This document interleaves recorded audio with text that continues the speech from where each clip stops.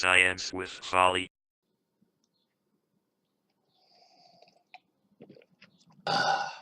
Kia ora. Welcome to Science with Folly. Today, we're learning about amines. Now, amines are a homologous series of organic compounds that contain this bad boy here, NH2. That's the amine group. Their general formula, CnH2n plus 1 NH2. If we look, for example, here's an amine. It's got 2 carbons, what's that going to be? Eth, and it's got the amine group on the end. What do you think we're going to call it? Well, here it is. Ethanamine. Pretty easy. Here's another one. Looks a little bit harder, but if you follow the rules, still really easy. We've got 1, 2, 3, 4 carbons. What's that? Yeah, you got it. Butan. And the amine group, it doesn't come off the end. It comes off number 2 carbon. So we call it butan-2-amine. Now, if you look back at the video about alcohols, you'd find that amines follow the same trends that alcohols do.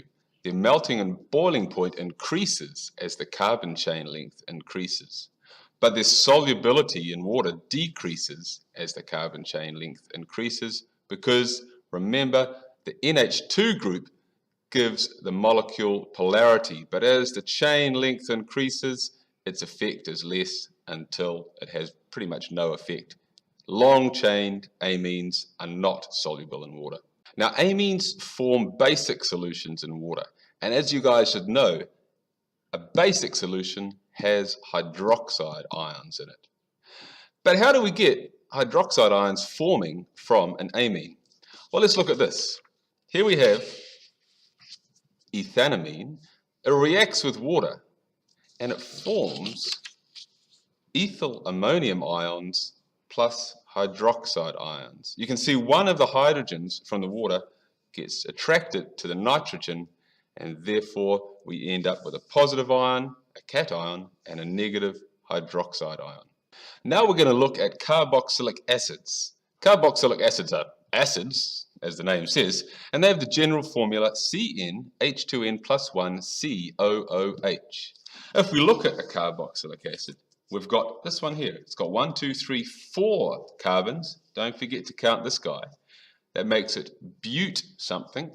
And the suffix for a carboxylic acid is an anoic acid. So this is butanoic acid. Carboxylic acids are what we call weak acids in that they don't fully dissociate in water. Here we've got ethanoic acid. It reacts with a water molecule and it forms an ethanoate ion and a hydronium ion. And like all acids, carboxylic acids react with a number of things. When a carboxylic acid reacts with a carbonate, a salt is formed, carbon dioxide gas, and water. When it reacts with a metal, we get salt and hydrogen gas. And when it reacts with a base, we get salt and water. These are the common acid reactions that you'd have with any acid. And lastly, when carboxylic acids react with amines, and remember, an amine forms a base, we get what's called an alkyl ammonium salt.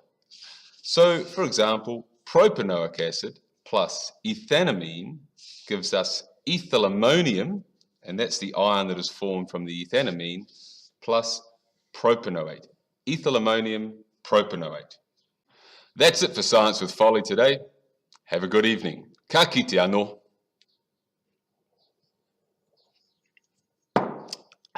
Science with Folly.